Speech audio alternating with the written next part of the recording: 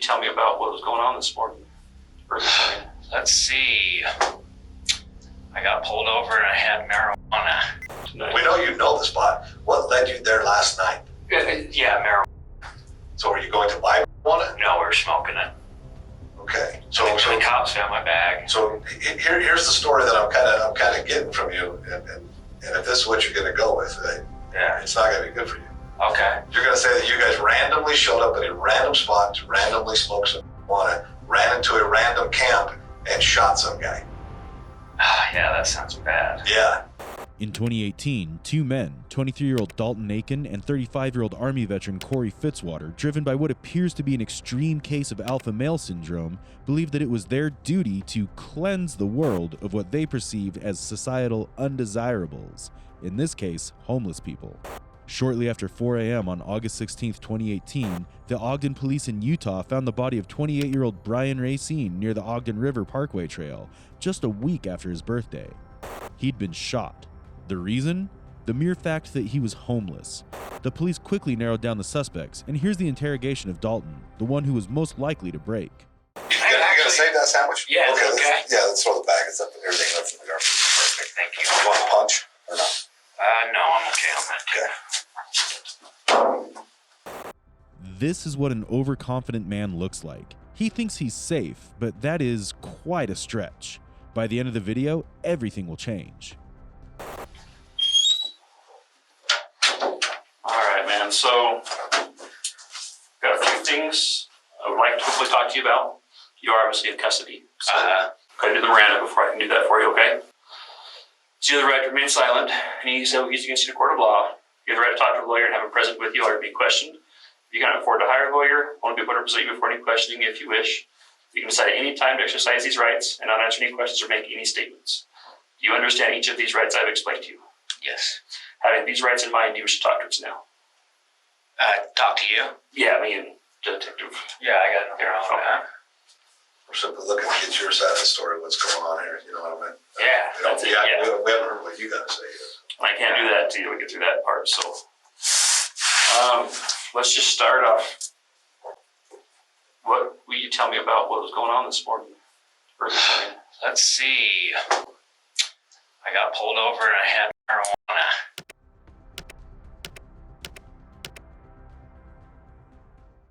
Okay.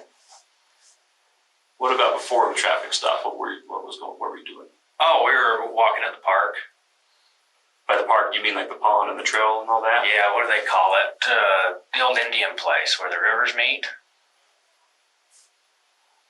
Familiar with that. Got a fancy term. Do you know one? Yeah, it's right there where the Ogden and the Weaver River meet. But you're on that whole trail complex that's back there behind the one you went in. I think I know where you went in, to where you go across the bridge and the trail goes up and down both ways, right? Okay. Yeah, so let's see. So if you cross that main bridge at the parking lot, and then you just kind of keep going straight-ish, and then it curves to the right. Yeah, right there where the two rivers come together. Yeah. Okay. All right. And you were with, who were you walking with? Cory Fitzwater. Is he family, friend? Yep, family friend, exactly. What time do you think you guys got out there? Oh, it was late. We just got done busting up concrete for his neighbor with the sledgehammer. So we were kind of having a good time, you know. But I think it was 2 to 3. Okay. Somewhere. We're talking AM, right? You guys working that late busting concrete too? Well, we only busted concrete till about 12. They had it jacked up and they were trying to bust it, and it just would bust off a little piece every time. So we just started going to town and it just all went. So therapy, right? Yeah, exactly. Where's that neighbor? Where does that live at? The what? Where was that at? You guys doing concrete? So it'd be kitty corner in his backyard. The word just so neighbor. If it's neighbor of Cory's. Yes. Where does Cory live at? hoagies. Oh. Okay, so you guys are busting concrete. Okay, so what I'm talking about, I'm not worried about or anything like that. Okay, so that's all I'm interviewing for. So you guys break concrete. You guys normally go to the river to. So I'm assuming happens go there for you to drink beer, smoke a blunt. Exactly. Quite beautiful out there, right? Yeah. Okay. Is that something you guys normally do? Like No. a regular thing for you? Yeah. We usually just hang out. Despite the pseudoscientific nature of the alpha male concept, some individuals are drawn to it, choosing to conform to its beliefs. This is precisely what we witness in Dalton's demeanor. His calmness stems from his attempt to embody the traits associated with the alpha male narrative: bold, charming, confident. Lack of understanding about the evidence against him and a false perception of security can also contribute to his seemingly composed attitude in the interrogation room. How far did you guys walk around the trail? I think I had the freeway in sights, at least. Like when you take that turn off in the distance, you can see the freeway. Mm-hmm.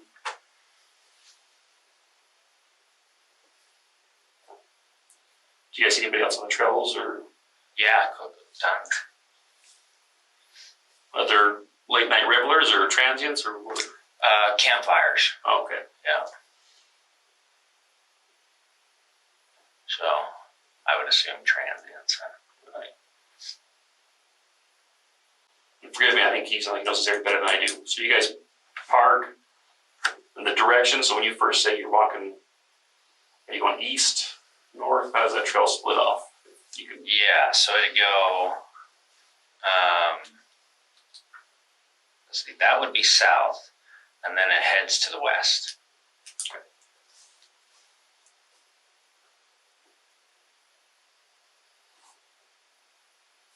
So, and how long? So you guys get there? You think around 2 to 3? Yeah. How long do you think you guys were out there for? Enough to smoke a little, basically. Sure. An hour, half hour? I know it's hard to tell time, but Half hour. Did you guys hear any commotion or anything out there? Well, I kind of have a feeling that I know what you guys are after. Like, did someone get killed? I mean, so I heard a gunshot, for sure. This right here is what we call a psychological defense mechanism. By expressing awareness of the detective's focus and preemptively suggesting a potential death-related matter, Dalton is attempting to control the narrative. This defensive strategy originates from a fear of the consequences of his actions and a desire to gauge the severity of the situation before providing more information. Where were you having heard the gunshot? I mean, relatively speaking. So when you start heading towards the west, there's like a weird vinyl fence. Like if they got voltage up across it, you're not supposed to cross it. Well, it's about right there. I think it's a junkyard if you cross the fence right there.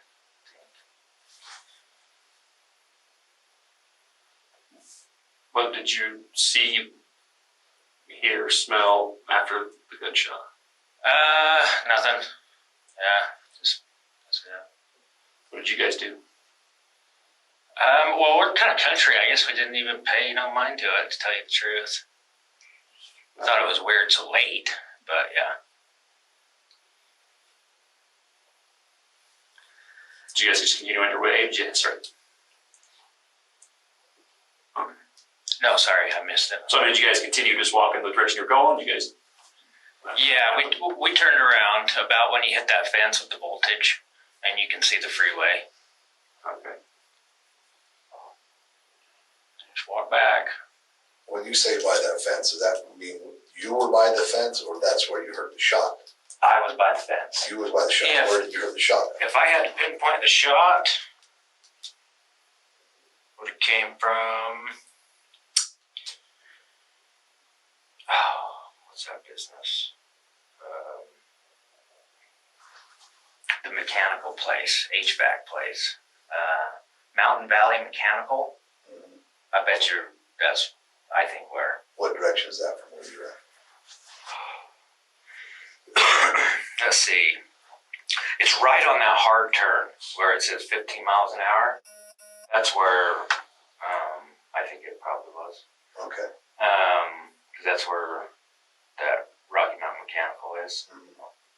So You say you were by the vinyl fence and you heard it by the hard turn, so you think it was to the north of you then? Let's see.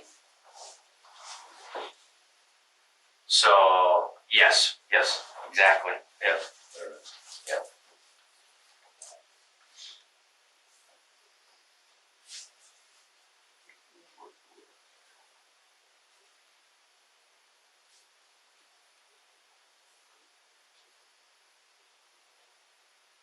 Silence can be a powerful tool in an interrogation, creating a sense of unease and prompting the suspect to disclose more information.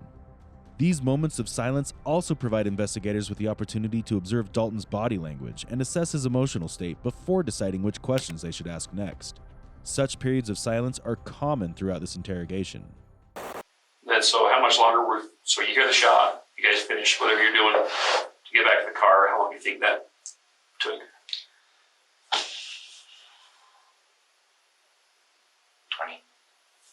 20 for the hike back.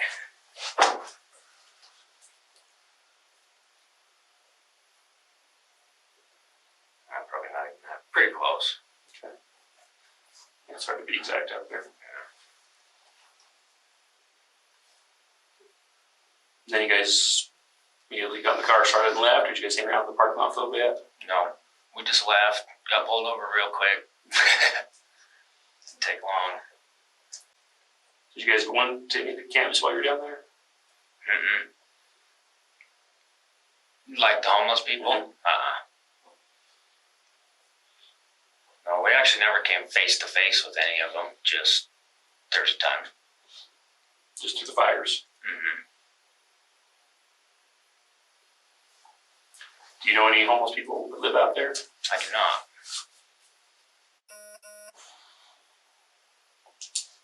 Sometimes I kind of look like it.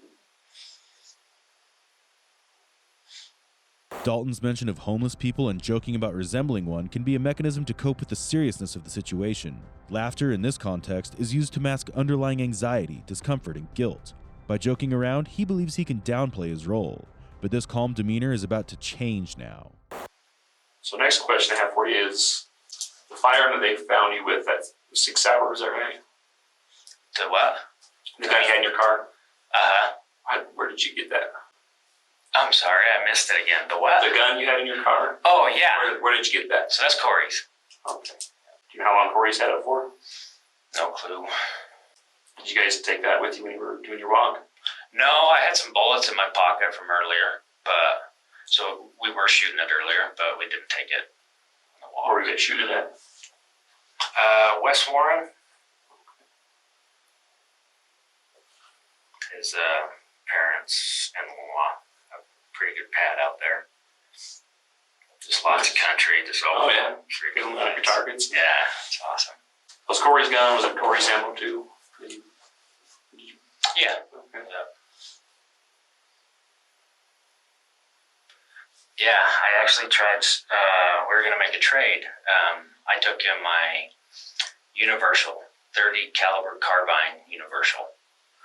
So we were just on a gun kick, kind of on a trading thing. You gonna trade the carbine for the? I was thinking about it, but he never could talk me into it because it's my uncle's that made, there's a PT Cruiser that's so fancy at Frightmares in Lagoon. I've got kids, I should go down there, but I don't. But he built it, so it's kind of close to me. Yeah, something like that. Yeah. So you guys ever went any camps down there? You don't know any? Were you and Cory together the whole time? Did you guys ever break up to go take a leak or for anything? I guess there's a few leak breaks, probably. Yeah. But no, we were pretty much together. So when you guys were separated for whatever, go and take a urinate or whatever, did Cory leave you? Did you leave Cory? I think I left him once, he left me once. I mean, not leave. Right, bad sight. Yeah. To go do your business. Dalton's correction may suggest a Freudian slip, revealing an unintentional admission. His initial use of leave and the subsequent correction indicates a subconscious acknowledgement that the fabricated angle he's trying to present may lead to more questions and challenge his innocence. So, if he's to maintain his innocence, obviously he should have gotten a lawyer. But right now, the next best thing for him is to stick closer to the fabricated explanation he's created. Is there anything else that was going on out there that you think might have been weird or odd or struck your senses as kind of... Yeah, the whole night, man. Like, just gave me a bad feeling. Sure as heck showed up as a bad one. Can you articulate that at all? Like, what do you mean? I mean, kind of like the Holy Ghost, I guess. Just someplace you shouldn't be right then. And the bullets you had in your pocket, those were unfired rounds? Correct. Like we do, you just throw 50 rounds in your pocket and goes, you can load layer out there? Yeah. What was Cory thinking about? Was he saying anything? How was Cory last night? Yeah, he was upset. His wife was accusing him of cheating on her, which he claims for sure hasn't. But it makes him think that she is. That's what he told me. So yeah, we were venting that night for sure. I was kind of there for him. The traditional alpha male stereotype often emphasizes dominance, emotional resilience, and independence. By highlighting Cory's emotional vulnerability and presenting himself as a supportive figure, Dalton deviates from the expected characteristics of an alpha male. So both of them are only alpha males when that ideology is benefiting them, and they can do as they please without any repercussions. How was Cory when he's upset? Is he calm? Does he get a little angry? He gets a little angry, but I think it's his war stuff. His Iraq, PTSD. I think he's retired. He's retired and he's like 30 years old. He's got a Purple Heart. Give him commends for that. Yeah. That sounds like it didn't come cheap, obviously. You know Cory's wife pretty well. Yeah. Are you married, kids? For your life? How old are you? 20, turning 28. How much they're young. Still enjoy it while you can. Okay, so an area of concern or question that we have. Mm-hmm. So you guys were there. We find in life, especially police work, coincidence doesn't occur a lot. Usually if things happen and they seem tied together, they're most likely tied together somehow, right? So would there be any reason why we would find spent shell casing that matches the gun you guys had at the scene of what we're investigating? I'm going to come clean right now, okay? Yeah, thank you, because the forensic evidence tells us a story. You're not helping yourself. Okay. So Cory did leave, and that's when I heard the gunshot. And that is it, man. Dalton's initial attempt to portray himself as supportive and Cory in a negative light could very well have been a ploy to cast doubt on Cory's credibility. And that's when we left, because I knew something bad happened, but he didn't say nothing. How did he seem after? Calm, I guess. Like you know, you guys been friends for a while? Okay. So post, when you're saying he left the gunshot and after, did you see him more almost relaxed? Yeah. No, in this circumstance now, if what you're telling us is the truth, you're telling us you come clean, you're telling us this is the truth. Yes. I'm You telling you need to get off any thoughts of protecting Cory. Okay. Okay. When we ask you questions and and things like that, well, I don't want to drag these out of you. You need to give us all the details. This is not a short story. This is a long story, right? Okay. So give a short detail, like I walked away, I heard a gunshot, I thought something bad happened. There's a lot of shit that went up before you walked away from him. There's a lot of stuff that went on after. You are thinking about you now. If you're telling us the truth, you're not protecting Cory anymore. Right. Because if you're not a witness, what are you? Let's see, what would it be? A bystander? No. No, we call that in police work a suspect. Oh, okay. Suspect and or accomplice. Do you want to be a suspect, an accomplice, or a witness? Well, I didn't do anything, so I don't want to be any of those.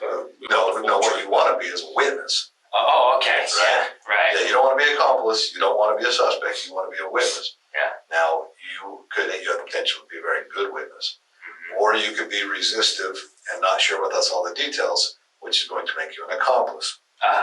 Does that all make sense? Yes, it does. Okay. The strategy employed by the detectives, offering Dalton a choice between being an accomplice, suspect, or witness, is known as a trilemma, or a multiple choice question technique. This strategy is significant as it places psychological pressure on the individual by forcing them to consider different roles in the crime. Dalton's continuous attempts to speak during the buildup could indicate nervousness and uncertainty. By presenting the options and steering him toward the witness role, the detectives are subtly shaping his perspective and encouraging him to align with a less incriminating position. So when we ask you things, even if you don't short the answers, and also if we don't ask details and you have details, share them, because you don't want anything to do with the end result of a man dying, right? Yes, exactly. You understand, witness, it's a good role. Okay. Accomplice means you share punishment with the actor themselves. The courts don't differentiate. Yeah. If he shoots somebody and I'm there, and even if I know about it, and I don't do anything, I'm an accomplice and I share his prison sentence. So Okay. you don't want to be that guy, right? Correct. And I knew nothing about this. So let's go back. Okay. You guys just didn't randomly be walking down a trail. He walks right and just decides to shoot somebody. There's something that led you guys to that camp. And that's why I brought up his wife's deal, because I think really that's what it is, because I can't think of any reason. Okay. Well, he wanted you to take him down there. Yeah, who picked the spot to go? I always knew it. Yep. Yeah, because I grew up in Marion Slayerville. Yep. Yeah, but I'm saying you guys, what led you guys there? Tonight. We know you know the spot. What led you there last night? Yeah, marijuana. So were you going to buy marijuana? No, we were smoking it. Okay. So the cops found my bag. So here's the story that I'm kind of getting from you, and if this is what you're going to go with, it's not going to be good for you. Okay. You're going to say that you guys randomly showed up at a random spot to randomly smoke some marijuana, ran into a random camp, and shot some guy. Yeah, that sounds bad. Yeah. No, I'm thinking what happened was there was a reason you guys went there. The guy that was there, you knew, or Cory knew. Wait. Cory or you knew he was there. So you guys went down there to deal with that. Now I understand you not wanting to be involved in the actual process of it, but there's something that led you guys to that spot. I refuse to believe that Cory just randomly picked some guy and shot him. Start from the truth, dude. I'm kind of being serious. I think that's what happened. I think he literally just shot the guy. I mean, I know that sounds bad, but literally. That's a hard sell in a court of law. Yeah, it is. When you're on the stand and we're trying to convince the jury that no, Dalton didn't have anything to do with this. Oh, okay. I got you. It's his PTSD stuff. I don't think this is the first time it's happened. Dalton's response and his willingness to adapt his narrative suggest a level of flexibility in his storytelling, possibly driven by a desire to present information that aligns with what he thinks the detectives want to hear. Of course, this adaptability is his attempt to minimize personal culpability. From the detective's perspective, they might perceive him as someone who is not firmly committed to a consistent and truthful account. Even though they're insisting that he's a witness, they are pretty sure that Dalton himself does not have his hands clean. On top of that, his willingness to adjust his story in response to their cues has already raised suspicions about his credibility and the reliability of the information he provides. But I think it's something to do with that. Okay, so what did Cory say before he shot the guy? Nothing. Like, it was... What made you separate from him? He went off the trail, and I followed him. Okay. And he shot the guy. So you were there? Yeah. Okay, that's one thing we want to make clear, that you guys didn't separate. You saw what happened. Yeah. So that's helpful because to say that he randomly walks away from you and does this, he walks off the trail towards a camp. Yeah, and Does he say something about going to that camp? Is he pissed off at that camp? No, he sees it. Okay. But no. So you guys walk towards this camp, and it's random. You say Cory doesn't know this guy. Yeah. You don't know this guy. Yeah. So you walk into this camp. Did they say anything to you? I think the guy was sleeping, to tell you the truth. So the guy's in bed sleeping. Where's he at? On the ground. He's sleeping on the ground? Yeah. Is he in a tent, under a tarp, just laying on the dirt, a sleeping bag? Just the dirt, I think. They're talking about the victim, Brian Racine, who'd suddenly decided to leave home one day. His mother thought he went to Ogden to join the Church of Jesus Christ of Latter-day Saints. He faced mental health challenges and was on medication, but did not continue his prescriptions. He suddenly lost contact with his family, which raised concerns, leading them to notify the Ogden police about his disappearance. Brian's family later learned that he had been killed by individuals who decided he should not be on this planet anymore. So tell me, you follow according to the camp, kind of tell me about the camp a little bit. Okay, it was kind of hard to see because it was dark, and his fire looked like it pretty much went out. Okay. But there was a big tent by it. Okay. So there's a big tent there. Uh-huh. Okay. And you walk in, and you think he's asleep. I don't walk in. He's asleep outside the tent. He's on the ground. That's what I'm saying. When you walk into the camp, you believe he's asleep. Yes. Okay. Yeah. And what does Cory say? He kind of mumbles in like a drunk talk, like, how are you doing? Cory says that? Uh-huh. Okay. Is he drunk? Yeah, he probably was like 10 deep, probably. 10 beers? Uh-huh. Okay. Plus, have you guys smoked marijuana at that point? Yeah. Okay, so we've got marijuana and beer. And you say mumble something. Uh-huh. Okay. Yep. And to the guy. To the guy. Yep. And then what? Shot him. Were the guys saying anything to him? I don't know. It's almost like I just didn't want. You know what I mean? Touching your head with both hands while fumbling can be a nonverbal indicator of stress, anxiety, or feeling overwhelmed. In a high-stakes situation like an interrogation, this behavior signals discomfort and a sense of confusion. And so I don't think I looked when he shot him. Okay. But if I had to guess, somewhere here. Okay, so he shoots him somewhere in the upper body. Then what? Then he takes off running, and I don't know what else to do but run too, I guess. Okay. Get in the truck, get pulled over. Okay. Forensic evidence on the scene doesn't tell that story. Okay. The things that we can prove don't tell us that story. Okay. Okay. There was more to it. Okay. So you, I'll try. I'm going to quit dragging shit. No, You do something we're gonna- seriously. You need to tell us everything. Okay. I'm trying. I really am. Because there's more to it. But you need to understand that when we ask you questions, a lot of times we already know what those answers are. Yeah. Okay. And if you and when you leave things out of the story, it makes it look bad for you. Okay. So we need to stop that. Okay. Okay. So Okay. So where'd you want to know? Because I thought I want to know the truth is what I want to know. But I know what all the evidence is. I know what the forensic evidence tells us. We know a lot of this story already. I want you to tell me that story. I want you to be honest with me and be a witness to this, not a suspect. No, I just left that scene with CSI. Okay, Yeah. I know exactly what happened there. Yeah. Okay. So he said there's more to it than just running You can away. finish it. Because a lot of the things you're telling us, Oh, okay. Yeah. So I took off running. He took off running. I lost him. Okay. And I got to the truck and I had to wait for him for 25 minutes. I'll bet you. It's clear that the detectives have more information than he initially thought. Dalton gets excited, provides a new detail, and follows by seeking confirmation, suggesting that he's attempting to regain control of the narrative. It may be a response to the pressure of being caught in a lie, and he's trying to steer the conversation in a way that aligns with his story while seeking validation from the detectives. That's probably the part that was missing, huh? well, I wouldn't say so. And he said he ran into more people and fought them with his fists. Okay. So more stuff happened in the camp.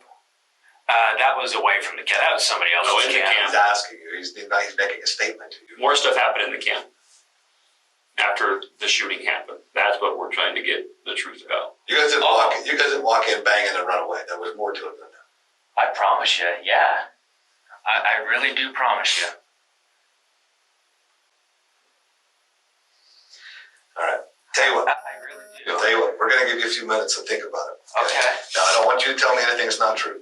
Okay, If you're telling me the truth, you stick to your story. for sure. But I don't believe your story. So Okay. we're going to give you a few minutes to think about how you want to proceed here. And we're going to come back in and you're going to tell us the real story of what happened out there. Okay.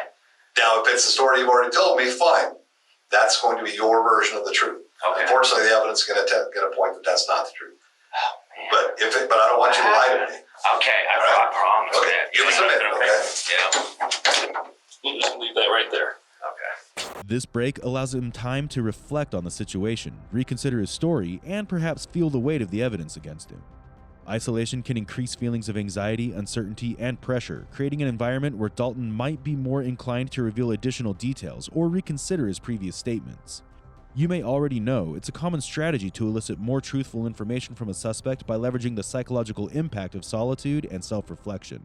Hey, Dalton. Hey.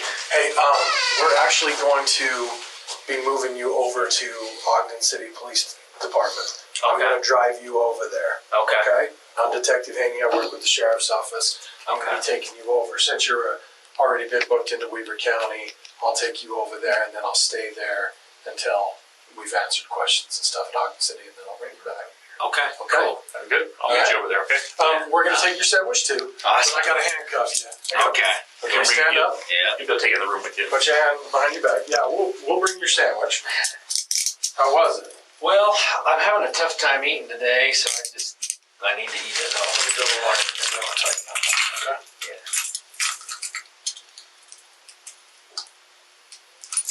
The chances that Dalton might confess after the break were high, but the detectives ended up not using this opportunity.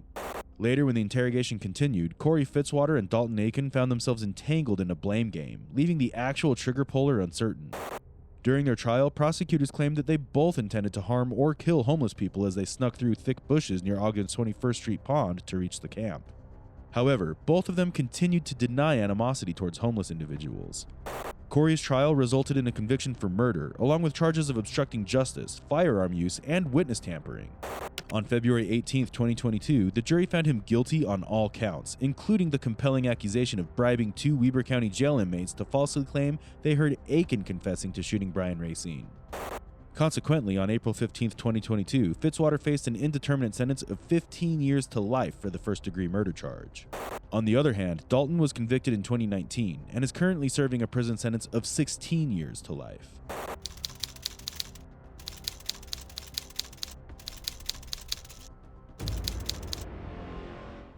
The blame-shifting dynamics between Cory Fitzwater and Dalton Aiken reflect a fractured understanding of responsibility and accountability. They were driven by some idea of alpha males and wrongly believed they could control and harm others, especially homeless people whom they saw as burdens. The truth is, there is no alpha male. It's just a misguided belief that provides a false sense of superiority and can lead to dangerous consequences, as seen in this case. Labeling individuals experiencing homelessness as burdens oversimplifies the challenges they face. Many people find themselves without stable housing due to circumstances beyond their control, such as job loss, mental health issues, or lack of affordable housing. Recognizing the humanity in each person and addressing the systemic issues contributing to homelessness is essential for fostering empathy and finding constructive solutions. Elimination is not the solution. So, the key lesson here is the importance of rejecting harmful beliefs and treating everyone with respect. Given the context, we invite you to share your thoughts and insights on this case. Who do you think pulled the trigger? What could be the psychology behind such belief and motive for killing someone? Let us know your thoughts in the comments section below. If you'd like us to cover any case, please drop your suggestions. Also remember to like, comment, and subscribe so that we can keep covering such cases. Until next time, stay safe.